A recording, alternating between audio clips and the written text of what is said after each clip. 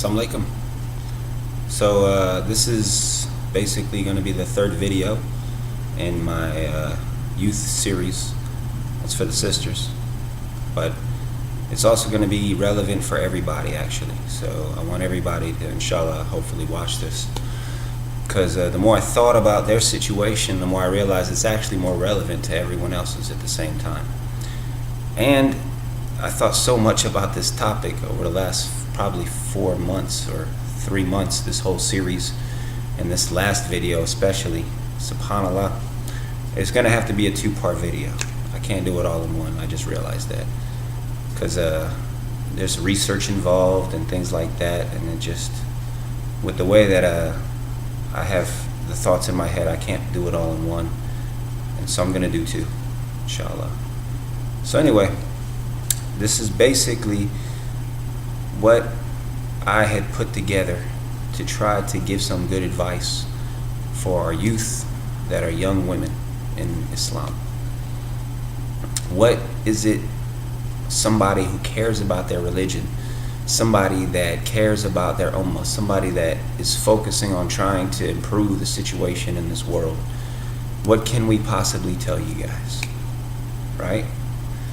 It's always a touchy subject, and when I make my videos, I don't like to do them in a standard way where, you know, you have a standard message and things. I just like to tell people exactly where I'm coming from, honestly, and that's the best way I always reach people. I always think, instead of always trying to find an angle on somebody, my style is to just be as upfront and honest as possible and just tell you exactly where the perspective of somebody who's a man is coming from, somebody who's a Muslim is coming from, somebody who's your brother is coming from, somebody who tries to act like he's a community leader is coming from, right? I know I probably let that position down more times than not, of course, but at least I try. Alhamdulillah, can't blame me for that. But the thing is I think it's just best to be honest and real with whoever I talk to, and that's the best way to go about it. And obviously it's not always the best way, but that's what you get in this channel. So I hope somebody can appreciate it. The thing is this: why bother in the first place? Why even worry about somebody else? Why not just focus on yourself, right? Especially when it comes to sisters. Sisters do not like to be worried about if you're not related to them, or, you know, really related to them. Because the thing is, here it is, you guys are raised in your homes your whole life, and in a lot of Muslim situations, you're suffering like the Muslim brothers are from a really oppressive culture that we have implemented upon our own selves. And that right there is really where I think all the problems are coming from. I don't think that the way that our culture is implementing Islam is conducive to giving, you know, the women their fair share of humanity. And subhanAllah, I think that's really a big problem. I think another big issue is that I don't think most of our youth, men and women, are being given the actual knowledge of this religion. I mean, as a Dawi, as somebody who's trying to share something with people, what do you think I'm trying to share? What do you think I think is so important that I feel like I gotta make these videos to get you guys to know this stuff? That I try to do whatever we can, and all of us that work in this, what do you think we're pushing for? What do you think we're trying to do? Do you actually think that we're just mad that we're not out there doing what we're trying to prevent you from doing? I mean, you think that's what it is? You think we're just angry that, well, if we're doing this and everyone else isn't, we're mad? Because in reality, we're not out there doing it. I don't think that's the case. It's not the case. We're not angry for what we're not doing. We're tempted, right? We're being called to do all these things, but we're fighting against it. You understand? We're not sitting around, you know, frustrated that people are doing all the things we're trying to promote them not to do, right? Because we're not doing it. I bet there are people like that though, so I kind of maybe can see where that one's coming from. But I don't feel like that, I promise. That's not me. Wallahi. My perspective, though, is actually, to tell you the truth, my perspective is that of somebody who's been there. And somebody who has completely changed his life to go another route. You understand? And so what I want y'all to understand is, coming from that background of partying, sleeping around with people just hitting on others whenever you can. I mean, that life of just trying to seek out as much physical enjoyment in this world as you can get, social enjoyment as you can get, the party life as much as you can get. I understand what that's like. I understand what it's like to live for that and to be fulfilled by that. But I also know what it's like to taste something completely different, and that's Islam. And I honestly can almost know most of my dear young sisters that are getting pulled into this party life and are leaving their families to go to this place where they can be away and finally do whatever they want in the freedom of their own will. You haven't tasted the deen. And if you have, it's been a while. Because Allah subhanahu wa ta'ala is simply that great. Allah subhanahu wa ta'ala is that beautiful. This deen is that fulfilling, to where if you were actually getting the true knowledge of it, if you were able to have somebody really take the time to teach you what Islam's really saying, and to hear, the real knowledge from the Book of Allah, it would touch your heart and fulfill you more than what any of these guys are calling you to. As a matter of fact, it would sicken you to think what they're actually calling you against. SubhanAllah, because you would just have such a love of Allah subhanahu wa ta'ala in your heart that you would never want to even think about disobeying Him. And if you did, it would break you down. And why aren't you in that state? You know why? Because our societies, our parents, our communities, we haven't taken the initiative to implement what this religion really is in your life. Instead, our cultures have kept you in a cage. They didn't promote the mercy of trying to allow a human being to be a human being. And that's what the Prophet and the Sahabas lived like. They lived like regular human beings. They didn't live in cages. They didn't make it where a young woman couldn't seek out a husband she wants to marry. They couldn't make it where a young man couldn't seek out a young woman he wants to marry. They didn't have these age limits and say you have to get a degree first before you can be a human being. You have to be a robotic member of a system that already takes out your humanity, and then on top of that, hold yourself inside of a bigger cage while everyone else is doing all these things, and just completely not be human until you turn 24. I mean, that's not realistic. So it's not a surprise to see our youth falling down one by one by one. I mean, it's not surprising, what goes in comes out. But what I want to tell you is that the deen of Allah subhanahu wa ta'ala is worth holding yourself back for. It really is. I mean, not in just this life, but more importantly, the hereafter. And that's what the next video is really going to focus on. I tend to take a long time for these, and I'm sorry. But, I'm just not a professional that can knock it out in 5 minutes like a Sheikh Numan Ali Khan or somebody. But the thing is that, if you can reconnect that light in your heart to the one who created you, all I can tell you is from personal experience, it's going to outshine whatever it is that's bringing you away. That's just reality. That's actually the truth. This deen, you have to understand, it's actually a real religion. And so it takes a real effort, and it takes real work, and it takes real sacrifice to actually really work. You get what I'm saying? And so for this video, I'm going to end it with that example. I want people to get the concept that, it's not something that's abstract, that is mysterious, that is, we don't know actually what's really going on in our lives. It's not that way. Islam was made to mimic what you're used to living in the real world with. You understand? So that an effort put in here will produce this kind of result. This kind of action will make you feel this way. Do you understand? This kind of lifestyle will make you this kind of person. That's really what Islam is. It's like a real job. And so let me give you that example to cap this video off. If you have a real job, you have to be on time. There's requirements. You can really get fired. But at the end of the day, guess what? You make real money. You understand?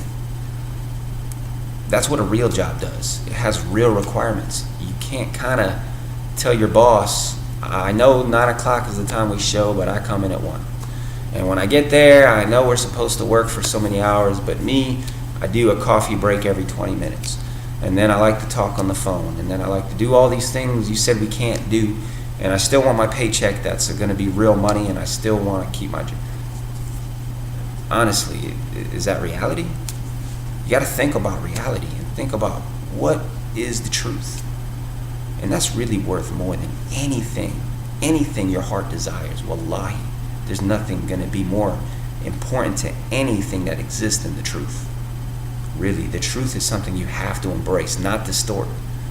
You can't take the deen of Allah, understand, and make it something it's not. You see what I'm saying?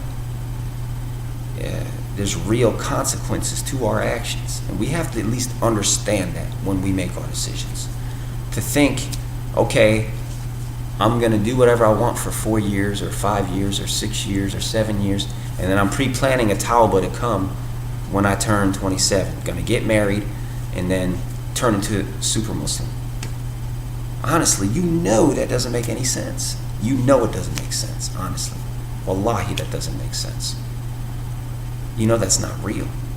And so I can travel down so many stories. When you're in this line of work, you do come across stories. Allah makes it that way, I guess, so I can tell it to you guys. I'm not going to tell you too many, but it's sad, man. It's just sad. I'm not even going to get into it, honestly. I hate to see sisters, man, go through guy after guy after guy after guy after guy. And they're actually at the point where they're coming back to their deen and they're just trying to get married now. But the system that they implemented before, it's like, hold on. Where are you going? We have a routine. We've been doing things for a long time. You don't just leave me. I'm your routine. I'm your habits. I'm the way you think. So now you're continually trying to get a non-Muslim to become Muslim to marry you, because that's something you started a long time ago. That was a game you started. Obviously, it's got nothing to do with religion, but that's what happens. You're trying to get a guy to marry you now, and you're like getting past those ages where it's tough now. And your heart can't even hold itself anymore. You can't even hold yourself. You're trying to practice Islam. I hope you guys are with me now. We're trying to practice Islam now. We've done everything. But what are the consequences? Your nature isn't conducive to that anymore. Now you really feel bad when you're messing up. And now you're making tawbah again. But you can't stop. And you can't get married either. Do you understand? And hopefully one day it's going to happen. And I'm talking about beautiful sisters. Don't be like, well, that's for the sisters that don't really, not really. Newsflash. You understand? And it happens where you see it basically end up for these sisters in one of a few ways a lot of times. A lot of times you see them, that's it. They're not coming back, actually. And they're just going to settle for a guy that's just going to make them happy. For the moment, of course. But then what are their kids going to be raised up as? Are they really going to practice this deen? And so I'm just kind of giving you guys can fill in the rest of the blanks. I don't have to really talk anymore about where I'm going with that. But that's the consequence, man. It's a vicious cycle of really just, we're destroying ourselves. We have to build our religion from the beginning, not in the middle or at the end. We have to build our communities from the beginning. We need these blessings of Allah subhanahu wa ta'ala. We need these blessings. We can't shut ourselves off from the blessings of Allah for a period of time in our lives and not expect dire consequences. Do you understand? Allah made this life a real thing. And so we're living in a truthful situation where if we're going to disregard Allah and we're going to go and eat these apples, or the apple, however way you want to put it, it's not going to be good. It's going to be dire consequences any which way you cut it. Even if you come back, there's still going to be huge things that are going to make you suffer in this life that you don't want to suffer through. You're going to have trouble one day trying to stay faithful to your husband. Do you get that? And I'm talking to the men too. I already made their video. Don't think I'm just harping on you guys. This one's just for you. You understand? I said it to them already. But it's reality. It's reality. Can you imagine your husband, you're married, and then 2 years into it, you're like, man, I miss what I used to do. It's bothering me. Shaitan is attacking me every day. Do you understand what it's like to get attacked every day by Shaitan through a gate he's been used to getting at you with for years? You think you're just going to close that door and he's not going to come back? It doesn't work that way. You made tawbah, I understand. But human nature, Allah didn't change it. He made us so that reality hits and we're going to have to now suffer through the consequences of our actions. Can't say that word enough, because this is a real religion. We're living a real life. Think about it.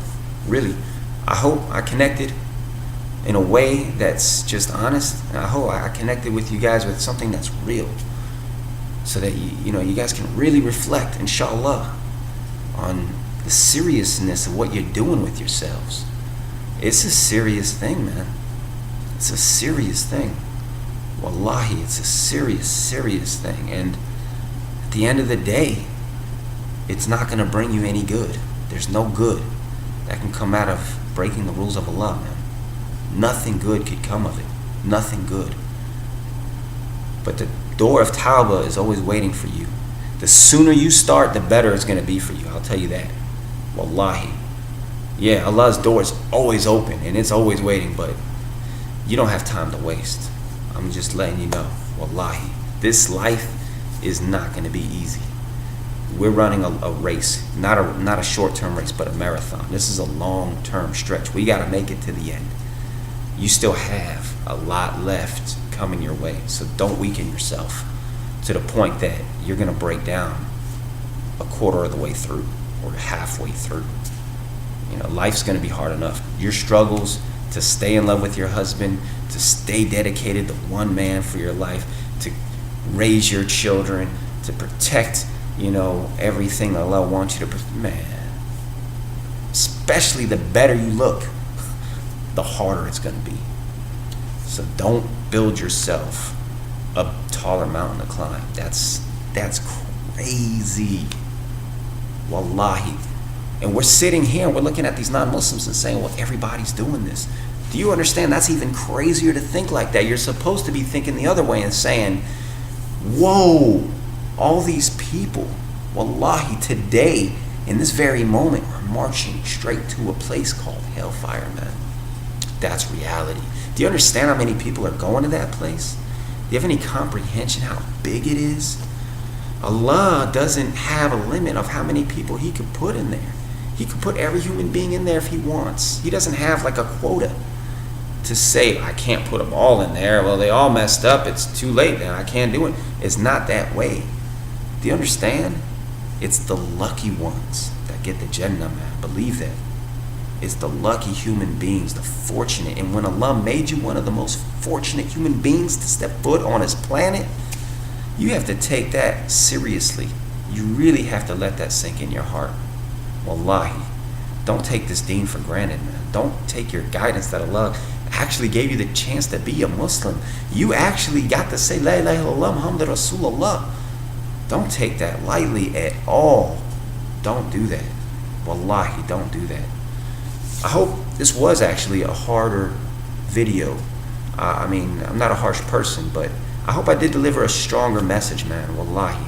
Because it's a message worth delivering.